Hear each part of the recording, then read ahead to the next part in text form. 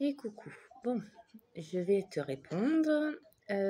Alors, que Louane soit placé, c'est une chose, mais les autres enfants placés, qu'ont-ils fait? Vous, rien certainement à vous entendre. Alors, Louane, Marilyn et Maëva ont été placés en même temps. Ça, c'est par rapport à ma mère. D'accord? Parce qu'elle a fait énormément de faux signalements. Donc, on s'est retrouvé avec une AEMO à l'époque et eux-mêmes ont constaté comme quoi que ma mère était omniprésente, était une personne néfaste pour moi, mais aussi pour les enfants.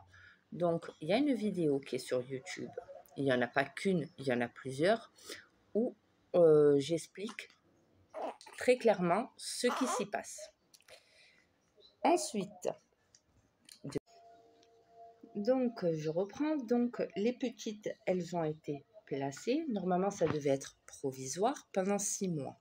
Finalement, ça a été renouvelé encore 6 mois et elles étaient sur Martigues. Elles sont redescendues sur Marseille. Entre-temps, j'ai eu Adixia en 2018. Donc, les petites, Louane, Marilyn et Maëva, elles avaient été placées en 2014. Comme j'habitais juste à côté de chez ma mère, donc forcément que j'ai dû prendre l'initiative de quitter mon logement pour m'éloigner du problème. Et après, je me suis retrouvée à l'hôtel, etc. Donc, ça a mis un peu plus de temps pour que je puisse faire les démarches et je n'avais pas à ce moment-là d'avocat. En 2018, j'ai eu Adixia. Adixia, elle est née et je me suis retrouvée dans un logement reconnu comme étant insalubre par la ville de Marseille. Encore une fois, il y a les personnes qui me suivent depuis Facebook qui peuvent attester de mes dires. À l'époque, j'étais sur Facebook et j'avais ouvert 2 pages. Une pour les petites et une concernant le logement qui était reconnu comme étant insalubre par la ville. L'ASE était au courant. Adixia, elle est née. Je n'avais plus d'eau chaude dans mon logement. Ça ne les a pas empêchés de me laisser la petite pendant 6 mois et demi. Pendant 6 mois et j'aurais pu la garder avec moi si j'aurais fermé ma bouche via les réseaux. Or, il se trouve qu'à force d'ouvrir ma bouche via Facebook et de passer sur les directs et d'écouter certains parents qui étaient tout aussi néfastes, je me suis laissé un peu trop embobiner le cerveau par d'autres parents d'enfants placés et j'ai divulgué beaucoup trop de choses que je n'aurais pas dû via l'ASE. Donc, ils ont porté plainte et bien entendu, la plainte n'a pas abouti. Il y a toutes les vidéos quand j'étais au commissariat, quand ils ont porté plainte, ça date de 2018, octobre 2018. Donc, c'est très facile à retrouver. Adixia, le jour où c'est que j'ai été entendue au commissariat parce que l'aide sociale à l'enfance avait porté plainte contre moi parce que j'avais divulgué leur identité, prénom, nom, lieu où c'est qu'ils travaillaient, etc., etc. Du coup, je devais faire de la garde à vue, mais au vu des circonstances, parce que j'ai montré mes pages, le logement insalubre, etc. Et à ce moment-là, les petites, elles réclamaient à rentrer à la maison. Et même elles ne comprenaient pas comment ça se faisait qu'Adixia, elle était avec nous, et pourquoi pas elle. Donc à partir du moment où c'est que je suis rentrée dans le conflit, parce que j'ai d'abord posé des questions. Pourquoi, c'est vrai, pourquoi les petites, elles ne peuvent pas passer un week-end alors que Adixia, elle est avec nous? Il y a eu un mur qui s'est créé entre moi et l'aide sociale à l'enfance. Donc, la seule réponse qu'ils avaient, c'était non, parce que votre logement est reconnu comme étant insalubre, donc les filles ne peuvent pas passer un week-end. Mais ce n'était pas une raison parce que Adixia était avec nous. Donc, à force d'ouvrir ma bouche, et je peux avoir les témoignages qui me retrouvent via TikTok, effectivement, ils ont pris Adixia sur ordre du procureur. Mais Adixia, il y avait, et il y a toujours, aucun traçage des motifs de son placement. Ça fait 6 ans qu'elle est placée et ça fait 6 ans qu'on réclame son dossier des motifs de son placement. Il n'y en a aucun. Ensuite, nous avons eu Lilou. Lilou, vous pouvez aller tous constater sur Instagram, parce que je n'y vais plus sur Instagram, je n'y suis plus depuis Lilou. Lilou, elle est restée avec nous pendant 2 ans. Et vous pouvez voir sur TikTok Lilou qui était avec nous aussi dans le 54. Elle est restée avec nous, donc on voit qu'elle a des chaussures, des baskets, qu'il lui manquait de rien. Et quand je suis redescendue sur Marseille, parce que quand je suis partie de Marseille, il faut remettre les choses dans leur contexte, je suis partie de Marseille pour essayer de faire avancer le dossier de mes filles. Parce que sur Marseille, ça stagne, ça n'avançait pas. Donc avec mon mari, on a pris l'initiative de quitter le département et d'aller voir ailleurs.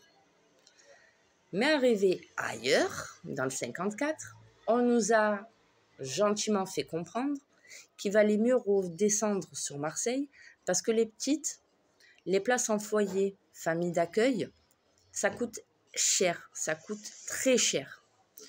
Donc, si on voulait avoir une chance de revoir les petites, il valait mieux redescendre sur Marseille parce que le transfert de chacune de mes filles ne se ferait pas comme ça. Donc, au bout de quelques mois, on a repris la décision de redescendre sur Marseille.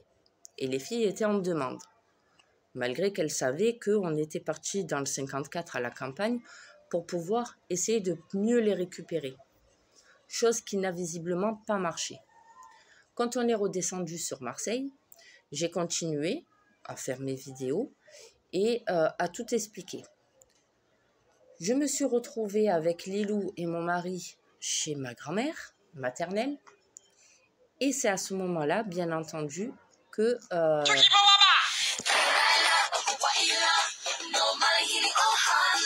je répondrai après.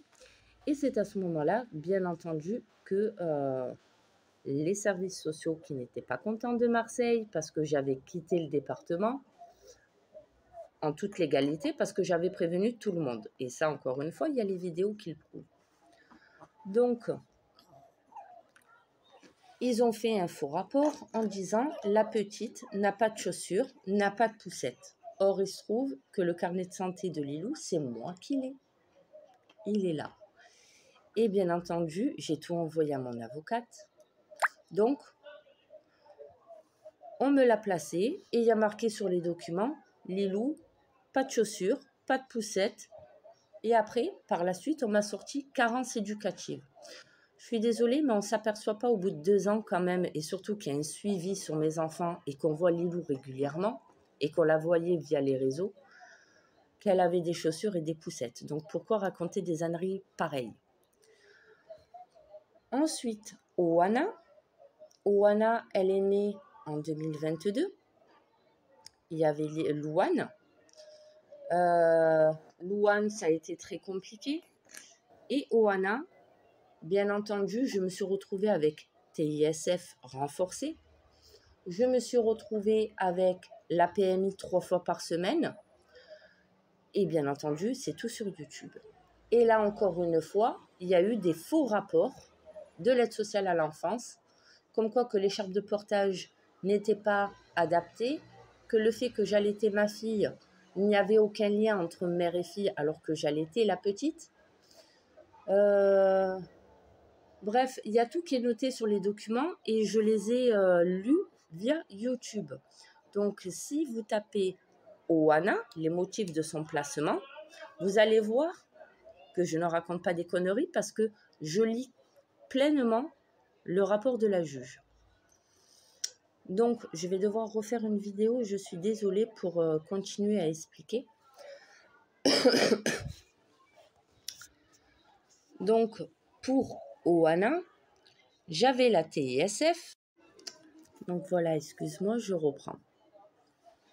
Donc, pour Oana, j'avais les TISF. J'ai eu la PMI 3 fois par semaine. J'ai d'ailleurs tous les calendriers qui sont encore ici. Et le jour de l'audience, donc on m'a dit, vous gardez la petite pendant une durée de 1 mois à laisser. Donc pendant 1 mois, je l'ai allaitée. Pendant 1 mois, j'avais les TSF qui venaient à la maison, ça se passait très bien. J'amenais la petite à la PMI 3 fois par semaine pour la peser, comme je fais là actuellement. Le souci, c'est que la PMI, et je n'avais plus d'avocat. Donc, j'ai été totalement sereine, comme à chaque vidéo et à chaque audience. Et je me suis dit, bon, j'honore tous mes rendez-vous, il n'y a aucun problème concernant Oana. Le seul truc, le seul engagement dans lequel je n'avais pas respecté à ce moment-là, c'était d'aller voir un thérapeute ou un truc dans le genre. Je ne l'ai pas fait. Pourquoi? Parce que j'avais déjà les TISF quasiment tous les jours au domicile, plus les rendez-vous 3 fois par semaine avec la petite pour la peser. Tout allait bien, j'avais de bons retours. Moi, je me sentais plutôt bien. Avec Louane, malgré que c'était assez compliqué, on essayait quand même d'être dans le positif avec la venue de Oana. Donc, il n'y a que ça vraiment que je n'avais pas respecté. D'aller voir une thérapie.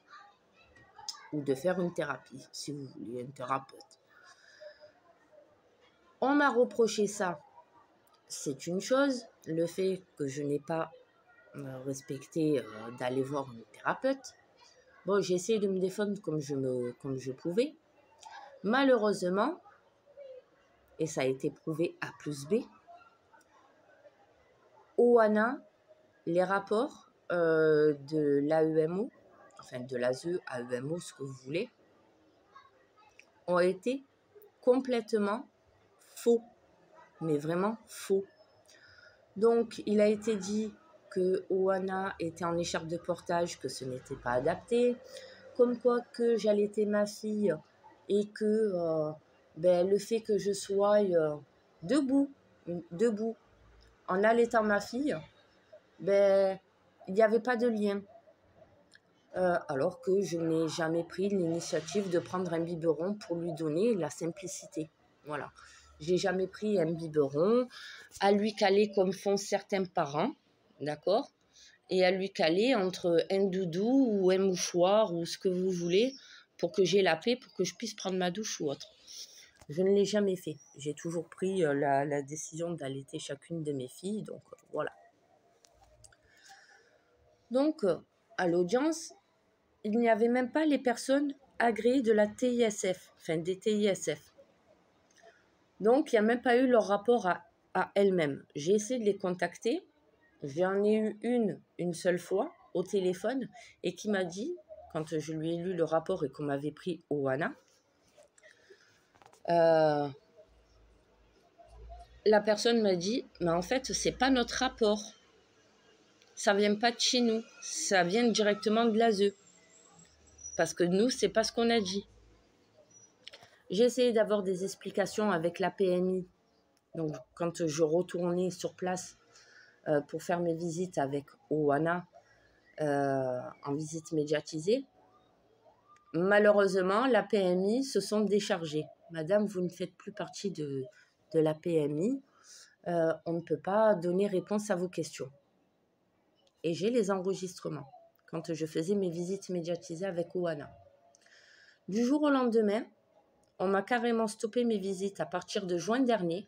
On m'a stoppé mes visites avec Oana.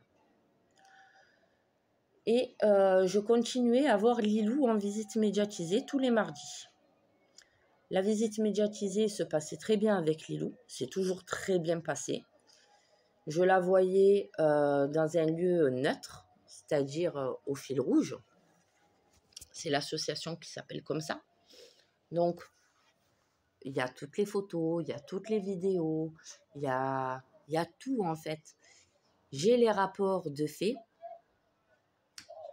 Et il n'y a que Lilou qu'on continue à voir tous les mardis. Oana, c'était prévu tous les 15 jours, mais malheureusement, depuis juin dernier, on nous a stoppé les visites. Entre-temps, quand Oana elle a été placée, le jour même, j'ai réussi à trouver une avocate, celle que j'ai actuellement. Mon avocate, a fait toutes les démarches possibles pour pouvoir récupérer Oana, mais malheureusement, ça a traîné. Ne me demandez pas pourquoi, je ne sais pas. Donc à chaque fois, forcément, je voyais Lilou, mais pas Oana. J'ai eu des nouvelles de Marilyn, qui est en Ardèche, et depuis, plus rien. Adixia, son dossier, il est introuvable, comme je l'ai expliqué. Là, j'ai changé de MDS, j'ai changé de référente ASE, et j'ai été reçue, comme je l'ai expliqué, par la nouvelle par l'inspectrice. Donc, si j'ai Esmé pour le moment, je dis bien pour le moment parce qu'on attend l'audience du 25, c'est que pour l'instant, tout va bien. Ils auraient très bien pu prendre la décision de me prendre la petite dès lors où c'est que j'ai annoncé j'ai accouché, que je leur ai appris que j'avais accouché. Ils ne l'ont pas fait. Ils se sont aperçus, parce que mon avocate a fait toutes les démarches, et bien entendu, à force de publier toutes les preuves via YouTube, ça a fait tellement écho que l'ASE, ils seront merdés. Voilà, on va dire les choses très simplement et très honnêtement, ils ont merdé. Ils ont fait de faux rapports. Non seulement pour Oana, parce que pour Oana, il y avait déjà eu l'histoire de l'écharpe de portage, etc. Et là, ils ont rajouté, comme quoi que soi-disant, moi, j'aurais bu pendant la grossesse de Oana. Or, il se trouve que j'ai récupéré, parce qu'ils ont voulu un peu me titiller, m'embêter pour pouvoir prolonger le placement de Oana et me couper mes visites. Chose que moi, j'ai contré. Je suis retournée à la maternité, j'ai fait un courrier, j'ai expliqué la situation. Ils m'ont renvoyé tout le dossier médical de Oana. Je l'ai ramené à mon avocate. Elle a épluché minutieusement et en aucun cas, parce que je leur ai même demandé à ce qu'ils me font un courrier pour voir si j'avais bien bu pendant la grossesse ou pas, il n'y a aucun traçage de taux d'alcoolémie pendant ma grossesse, ni avant, ni après. Donc, ça a été démontré A plus B. C'est pour ça qu'ils se sont retirés du dossier de nous, les parents et de la famille des enfants. Et concernant Lilou, ils ont fait, mais encore plus fort, ils ont carrément devancé le lieu de visite médiatisé. Ils ont envoyé leur rapport à eux, disant comme quoi qu'il fallait stopper les visites avec Lilou, les suspendre et les arrêter, les visites avec Lilou, parce que Lilou, elle adore Peppa Pig. Donc forcément, Peppa Pig, c'est un personnage qui est traumatisant pour Lilou. Je vais devoir refaire une vidéo, je suis désolée. Donc, le fil rouge, quand ils ont vu le rapport qui avait été fait, parce que nous, on l'a reçu, qu'est-ce qu'ils ont fait? J'ai été entendue directement et j'ai l'enregistrement sur YouTube. Donc, j'ai parlé directement avec la responsable du lieu de visite médiatisée et quand je lui ai lu le rapport que l'ASE avait fait pour la juge, elle est restée, mais le cul entre deux chaises. Parce que ce n'était pas leur rapport à eux, ce n'était pas leurs mots. Donc,